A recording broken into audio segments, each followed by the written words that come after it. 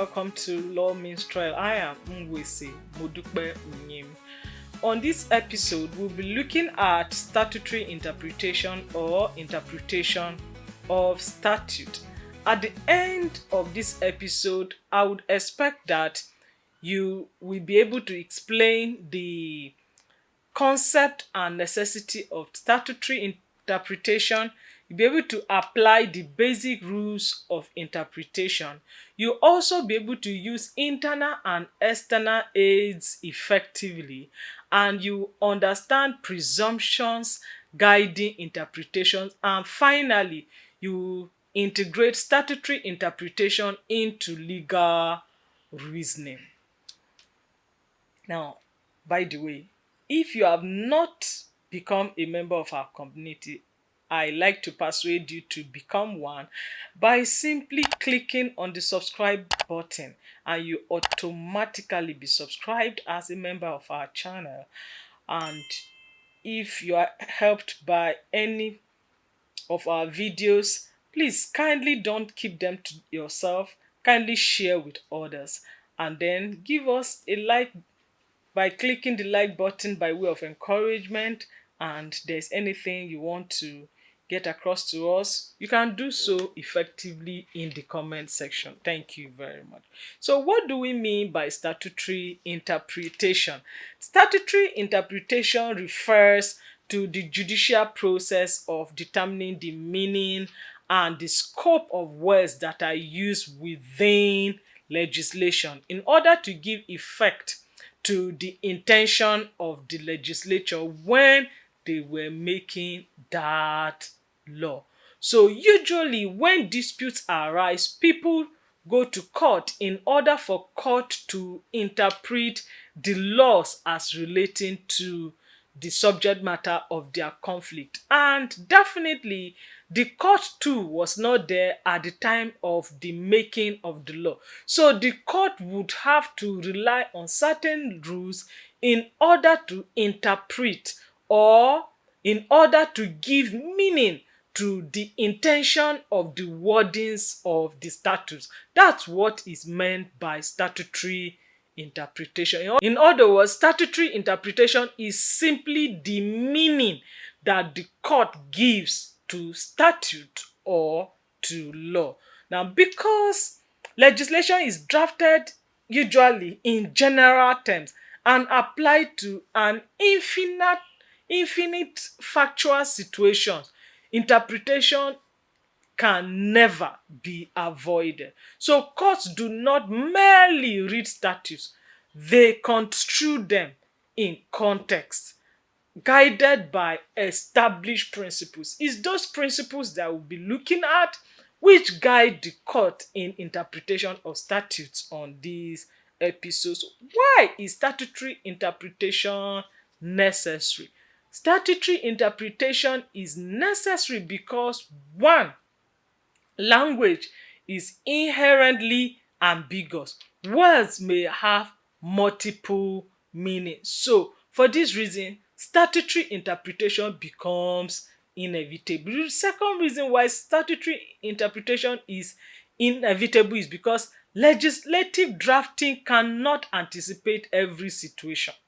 So it's usually the courts that would interpret statute to cover even certain situations that were not anticipated. And sometimes when there are gaps within the law that technically is called lacuna, it's statutory interpretation that is employed to cover such gaps within the law. A third reason why statutory interpretation is inevitable is that social and technological change may outpace statutory law.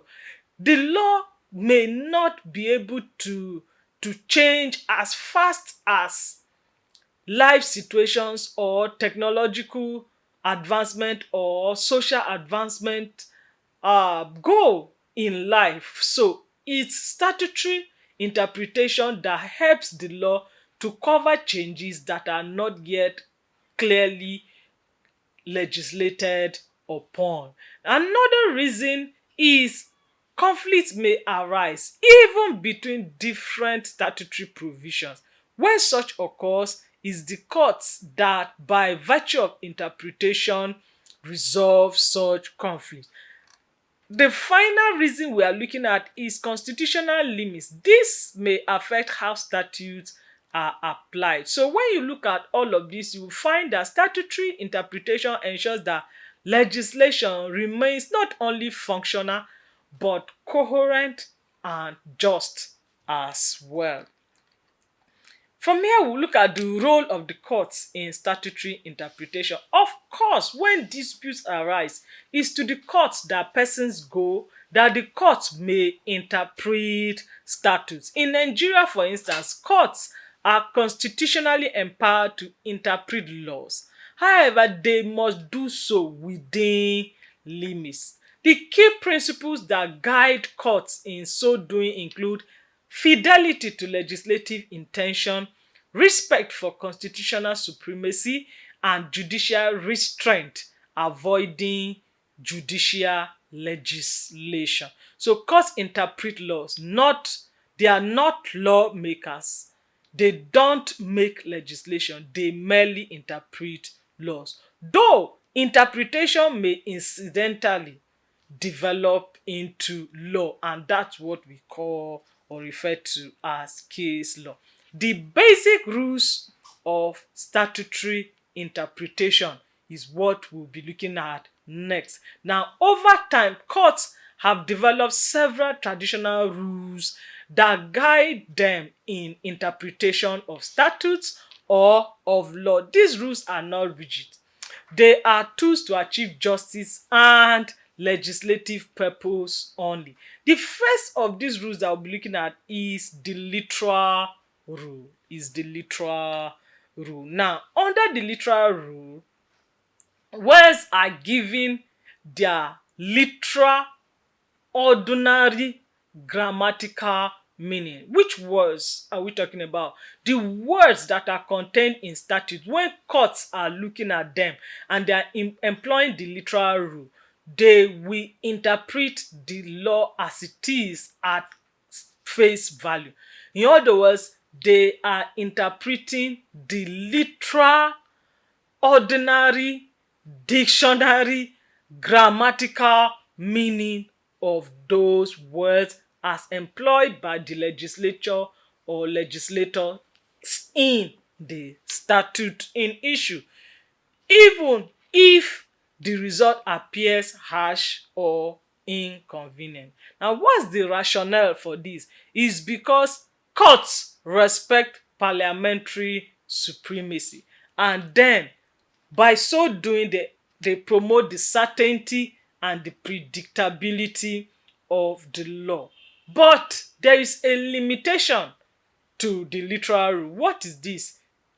It may sometimes lead to injustice and absurdity. So Nigerian courts often begin with the literal rule as the first point of interpretation, but where it's going to lead to manifest injustice, they may need to rely on another rule. So that's the reason why the great jurists of English descent is credited to have said that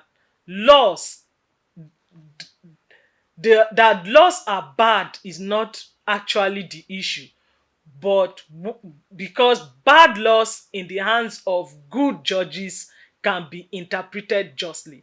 But the problem usually is when good laws fall in the hands of bad judges.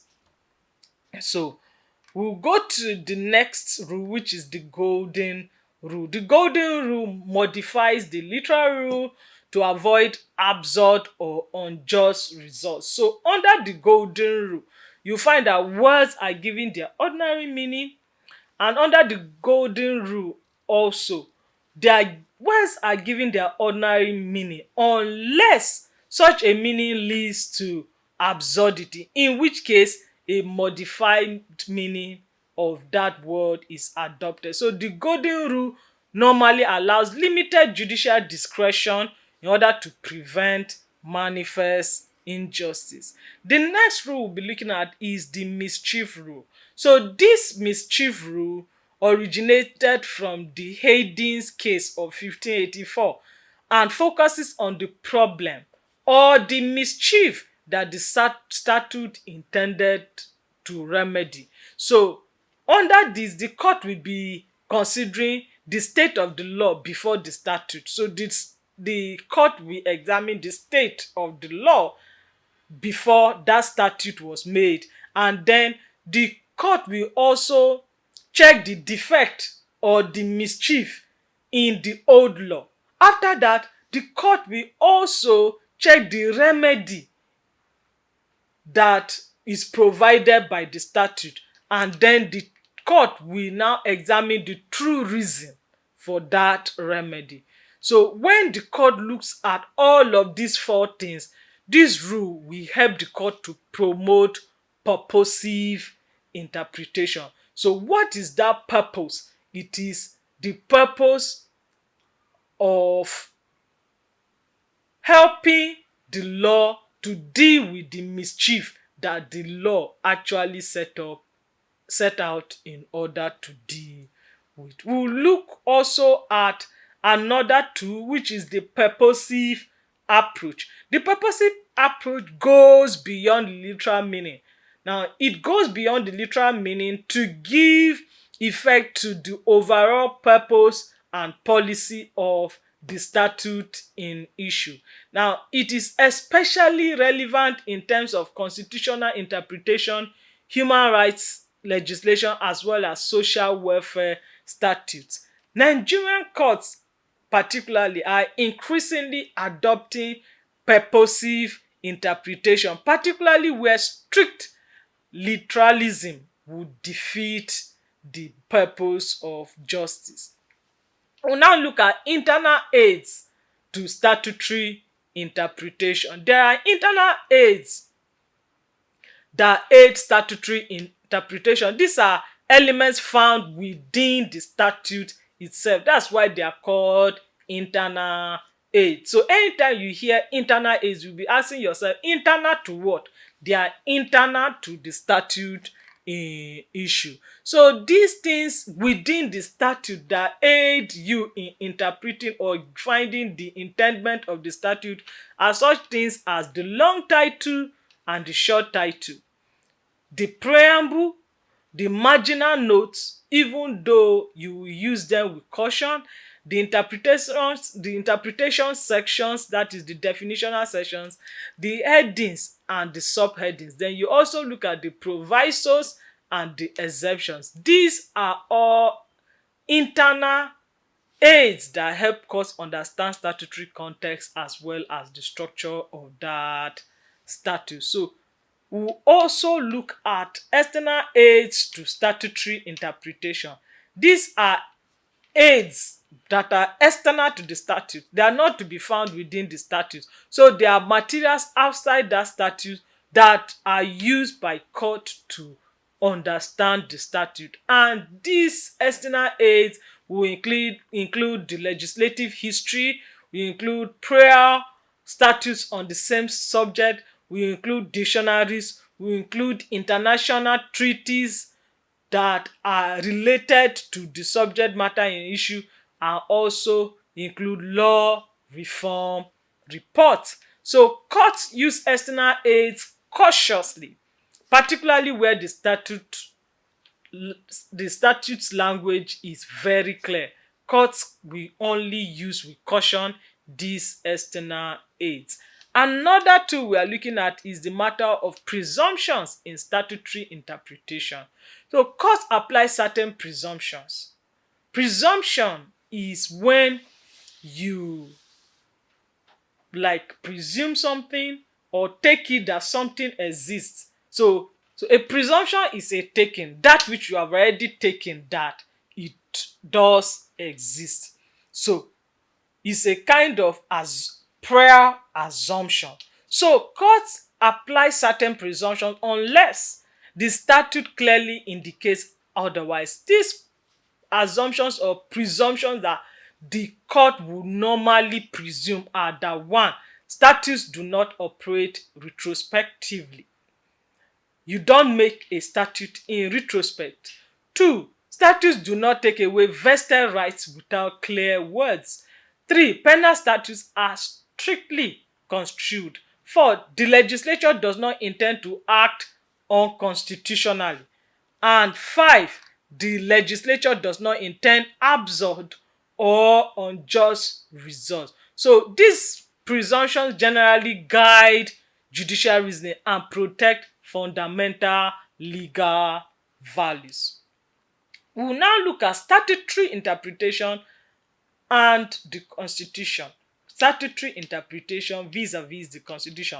All statutes in Nigeria must be interpreted subject to the Constitution. We already said that any statute that is inconsistent with any provision in the Constitution is null and void to the extent of such an inconsistency. So where a statute is ambiguous, courts refer an interpretation that is consistent with constitutional provisions, particularly where the subject matter of the dispute is human rights. Again, where a statute is clearly unconstitutional, it is declared, like we said, null and void to the extent of such an inconsistency. So constitutional interpretation often overrides ordinary statutory construction. That's it. So we will now look again at statutory interpretation as a component of legal method. Statutory interpretation as a component of legal method. Statutory interpretation is actually a core element of legal method because it involves analytical thinking, it involves use of authority, it involves balancing text, context as well as purpose. It involves application of abstract rules to concrete facts. So it complements case law analysis and equips students with tools for modern legal practice. By way of conclusion, statutory interpretation is an indispensable skill. You can't do without it. You can't do without it as a legal practitioner. You can't do without it as a law student. You can't do without it even as a judicial officer. You just can't do without it. You can't. So statutory interpretation is just indispensable as a skill in the legal system. Now, while traditional rules such as literal, golden, mischief rules provide guidance, modern courts increasingly adopt purposive and contextual approach which is consistent with constitutional values as well as social justice. So for a law student, mastery of statutory interpretation is essential. You just have to master this, not only for examination but for effective advocacy, judicial reasoning, as well as legal reform generally. With this, we have come to the end of this episode, and I hope you have a takeaway from this episode. If you really did take away something, I would like to know, why is statutory interpretation unavoidable in legal adjudication? Why do you think it is unavoidable in legal adjudication? I would like to see your response in the comment section. Till next time, I am